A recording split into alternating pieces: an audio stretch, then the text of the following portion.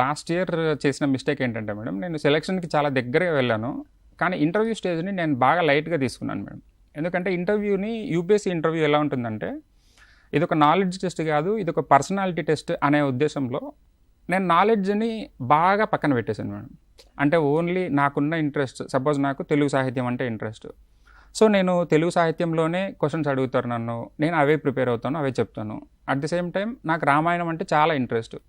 ఒకవేళ రామాయణం కానీ మహాభారతం కానీ ఇలాంటి విషయాలు అడిగితే నేను పర్ఫామ్ చేయగలుగుతాను. సపోజ్ అన్నమాచార్య కీర్తనలు అంటే ఇష్టము, సో ఒకవేళ పాడమన్నా పాడదాము. ఇలాంటి వాటి మీద ప్రిపరేషన్లో ఫోకస్ పెట్టాను. కానీ కరెంట్ అఫైర్స్ అనేది బాగా తక్కువ చేసుకున్నాను మేడం. నేను ప్రిపరేషన్ అవ్వలేదు సరిగ్గా. బట్ ఏంటంటే లోపల నుంచి ఒక హోప్ ఉంది, ఒకవేళ కరెంట్ అఫైర్స్ ఇలాంటి క్వశ్చన్స్ అడిగినప్పుడు నేను ఐ డోంట్ నో అని చెప్పచ్చు. ఇంకొకటి ఏంటంటే, ఒకవేళ నేను ఐ డోంట్ నో అంటే వాళ్ళు ఇమ్మీడియట్గా నా స్ట్రాంగ్ పాయింట్స్, అదే నా హాబీస్ కానీ, నా అచీవ్మెంట్స్ కానీ, నా జాబ్ ప్రొఫైల్ కానీ వీటి గురించి క్వశ్చన్స్ అడుగుతారేమో అని నేను ఇంటర్వ్యూ స్టేజ్లో అంతగా ప్రిపేర్ అవ్వలేదు నేను.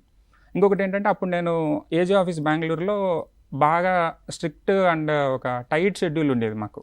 అందువల్ల ప్రిపరేషన్కి టైం కుదరలేదు. సో ఇంటర్వ్యూ స్టేజ్లో నేను చేసిన మిస్టేక్ అది. అంటే ఓన్లీ పర్సనాలిటీ మాత్రమే చెక్ చేస్తారు, నాలెడ్జ్ టెస్ట్ చేయరు అనేది నేను చేసిన mistake madam. At the same time దానికన్నా ముందు 2 అటెంప్ట్స్లో ప్రిలిమ్స్ అవ్వలేదు మేడం. ప్రిలిమ్స్ ఏంటంటే మేడం, ఇప్పుడు ఉండే టైంలో అది కూడా ప్రిలిమ్స్ ఒక స్ట్రాంగ్ బేసిక్స్ చాలా ఇంపార్టెంట్ మేడం. బట్ ప్రిలిమ్స్లో ఏంటంటే everybody will be running after only current affairs and test series. ఎక్కువగా అంటే ఇప్పుడు ఎట్లుంటుందంటే, ప్రిలిమ్స్లో కరెంట్ అఫైర్స్ అంత ఇంపార్టెంట్ కాదు, ఇంటర్వ్యూలో current affairs important. So each stage of this examination needs a different style of preparation and different areas to be concentrated on. అట్లా ఏ స్టేజ్లో ఏదేది చేయాలి అనేది నేను సెకండ్ అటెంప్ట్లో ప్రిలిమ్స్ ఫెయిల్ అయిన తర్వాత తెలుసుకున్నాను మేడం. ఓహో, ప్రిలిమ్స్కి మెయిన్ పీవైక్యూ బేస్డ్ అప్రోచ్ ఉండాలి, ప్రిలిమినరీ క్వశ్చన్స్ అనలైజ్ చేసుకోవాలి, how UPSC is framing questions అనేది అండర్స్టాండ్ చేసుకోవాలి.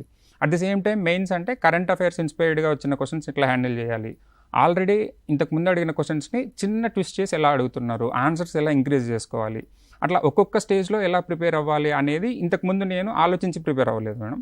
అది ప్రిపేర్ అయ్యాను కాబట్టి లాస్ట్ టైం మెయిన్స్ క్లియర్ చేసి ఇంటర్వ్యూ వరకు వెళ్ళగలిగాను.